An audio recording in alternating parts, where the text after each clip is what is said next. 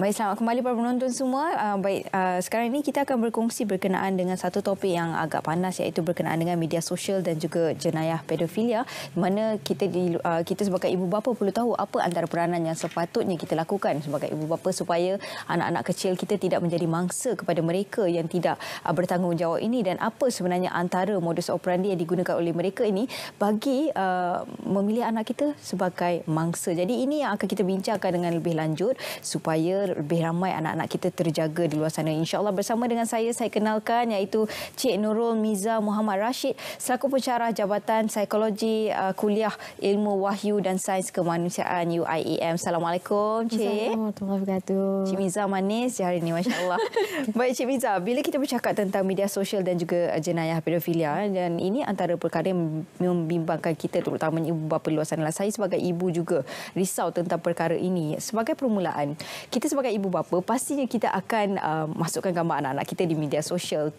Semestinya itu perkara kebiasaan kita berlaku. Tetapi sekiranya kita melakukan perkara tersebut, ada juga golongan ini yang buat kerja dalam masa yang sama pun. Jadi sebagai permulaan, patut ataupun tidak kita sebagai ibu bapa masukkan gambar anak-anak kita ataupun muat naik gambar anak-anak di media sosial. Silakan. Secara ringkasnya kan, tidak salah pun kalau kita mahu kongsi momen-momen istimewa sama anak kita dengan mungkin rakan-rakan kita, keluarga kita. Cuma yang betul lah, ada sahaja orang yang akan buat benda-benda pelik kan. Bagi saya, kalau boleh, benda tu kita boleh buat tapi secara moderate, dan juga berhati-hati juga dari segi dengan siapa kita berkongsi, gambar jenis apa kita berkongsi, dan juga kalau boleh kita berkongsi itu pun sentiasa berfikir sedenak. Okey, maksudnya boleh, cuma lihatkanlah, maksudnya mungkin dalam keadaan anak pakai baju dalam keadaan yang sopan lah. Dan kalau kita lihat juga anak-anak zaman sekarang pun dengan ada akaunnya sendiri, akaun media sosial sendiri, itu tak dapat nak dielakkan lagi akaun. Pelbagai akaun antara TikTok, media sosial seperti Instagram dan sebagainya. Dan adakah wajar sekiranya ibu bapa membenarkan anak-anak ini terus menggunakan platform ini, iaitu media sosial, ataupun perlunya sebenarnya boleh dibenarkan tetapi perlu pemantauan secara berkala pun? Bagaimana? Itulah apa yang berlaku pada pandemik. Kita memang nampak di mana ada impak. Kita kena pastikan hampir even kanak-kanak berumur 5 tahun pun perlukan media sosial. Kerana apa? Mereka perlu pergi sekolah ke, mencari ilmu ke, mencari informasi terkini ke. Daripada 5 hingga 17 tahun, 155% peningkatan berlaku pada 2020 dari segi penggunaan media sosial dan penggunaan internet. Sebab apa? Memang perlu. Tak dapat nak dielakkan. Tak dapat nak dielakkan. Kerana memang itu adalah kepulauan kita sekarang ni. Jadi apa yang perlu dilakukan sebenarnya bukan sama ada kita boleh benar kata tidak mereka menggunakan media sosial, tapi kita pantau. Kerana pada berlakunya pandemik itu, apa yang berlaku juga selain daripada peningkatan penggunaan media sosial di antara kanak-kanak, apa yang berlaku pemantauan.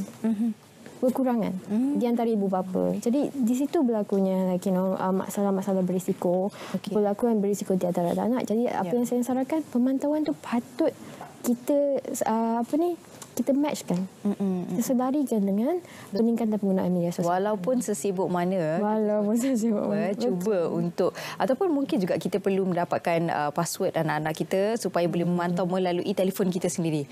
Maksudnya tak perlu mendapatkan telefon anak, menggunakan telefon kita sendiri kan. Ataupun kalau kanak-kanak itu di bawah umur 12 tahun kan, apa yang kita boleh buat adalah kita ajar mereka untuk sentiasa beritahu kita bercerita. apa mereka bercerita. Ya betul, kadang-kadang suka bercerita.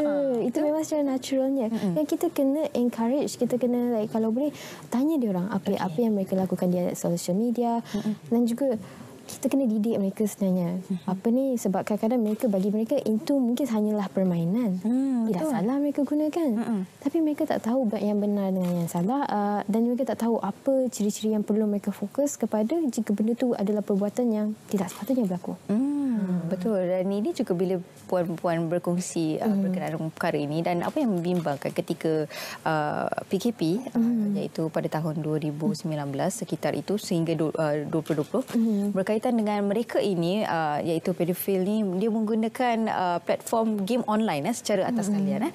Dan kemudian dia cuba untuk gain trust anak-anak kecil ini, dan akhirnya meminta dengan melakukan video-video yang tidak sepatutnya dan suruh untuk kanak-kanak ini di sekitar usia 11 tahun dan ke atas untuk menonton video tersebut dan akhirnya ambil video itu dan dihantarkan kepada mereka. Dan ini antara perkara yang cukup membimbangkan kita semualah. Jadi bagaimana sebenarnya kalau kita lihat, kalau kita nak pantau anak kita, nak larang anak kita, okey tak boleh main game ni, tak boleh juga. Jadi itu merupakan satu keperluan bagi mereka untuk release tension untuk zaman-zaman sekarang ini. Jadi bagaimana Puan perkara ini untuk kita elakkan supaya anak-anak kita mungkin selain daripada bercerita itu, apa lagi antara kaedah lain yang boleh kita lakukan?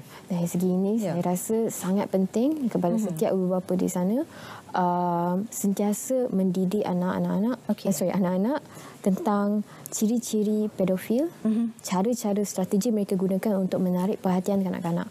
Kita kena fokus kepada apa tindakan pedofil lakukan untuk menarik perhatian anak-anak anda. Contohnya mungkin dia akan bertanya, okey, kena tengok video ini. Kita kena beritahu anak-anak. Kalau ada orang cakap, boleh tak awak tengok video ni? Cakap, itu adalah tanda-tanda itu. Mereka akan menjadikan anak anda sebagai mangsa lah. Itu sangat penting. Kita kena ajar anak-anak tentang cara mereka berkata. Contohnya, mereka akan cakap, kena tengok video itu daripada kes itu sendirilah. Selain daripada itu, apa yang saya pelajari daripada ini, penggunaan media sosial di antara pedofil ni, kalau mereka dapat jumpa mangsa, mereka akan cuba kita panggil risk assessment.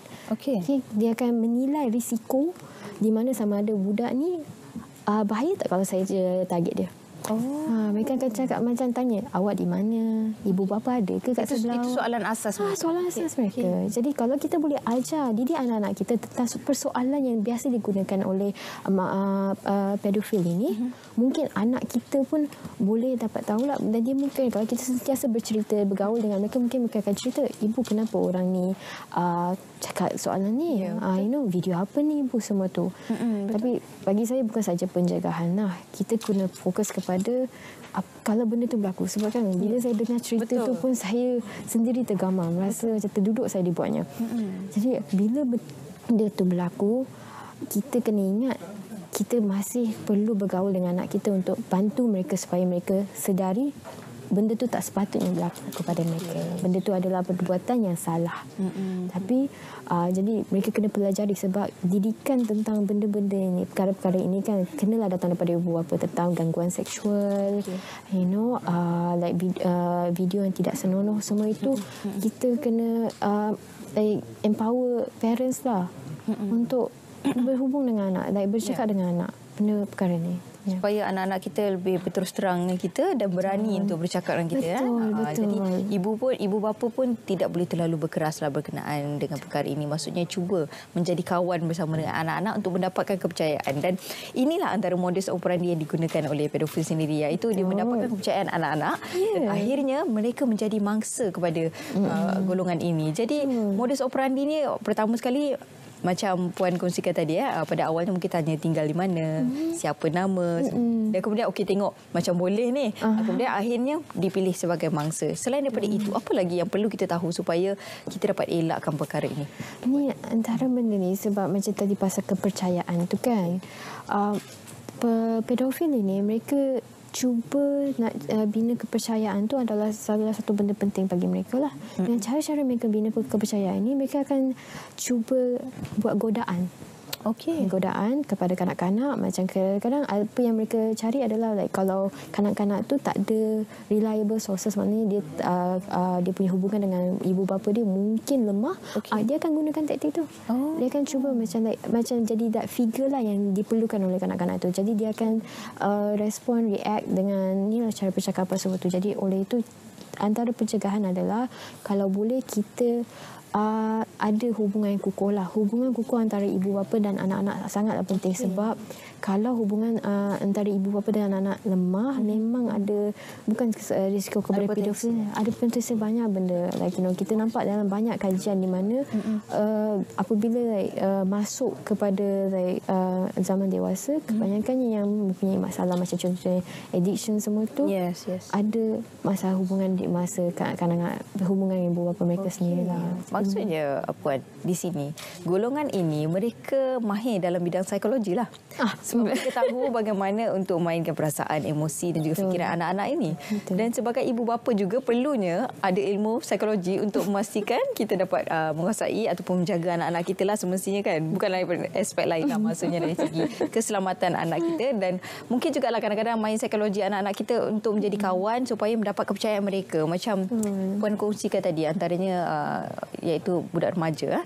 Iaitu mereka golongan remaja ini sangat terdedah sebagai cinta, mungkin sebagai contohlah, mungkin ada yang putus cinta. Betul. Jadi mereka tak, kalau ibu apa tahu ni habis kantor ni kan. Jadi mereka ada option lain untuk bercerita dan akhirnya menjadi mangsa. Dan apa yang membimbangkan kita sekarang ini iaitu child grooming. Daripada itulah, daripada awalnya mungkin dengan tontonan video yang sedikit demi sedikit.